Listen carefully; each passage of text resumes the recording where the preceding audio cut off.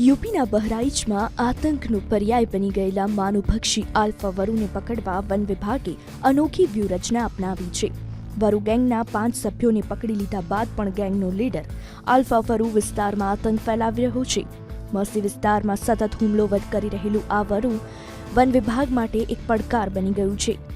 One વિભાગ હવે આ વરુને પકડવા માટે તેની અલગ પડેલી માદા વરુના કરુણ અવાજની મદદ લઈ રહ્યું છે. વિભાગે જે વિસ્તારોમાં આ વરુની ગતિવિધિઓ જોવા મળી ત્યાં લાઉડસ્પીકર પર માદા વરુની ચીસો અને રડવાનો પ્રી રેકોર્ડેડ અવાજ વગાડવાનું શરૂ કર્યું છે. વન વિભાગની રેસ્ક્યુ ટીમનું માનવું છે કે માદાનો અવાજ સાંભળીને આ વરુ તેની શોધમાં આવશે અને આ દરમિયાન તેને ઘેરીને પકડી લેવાશે.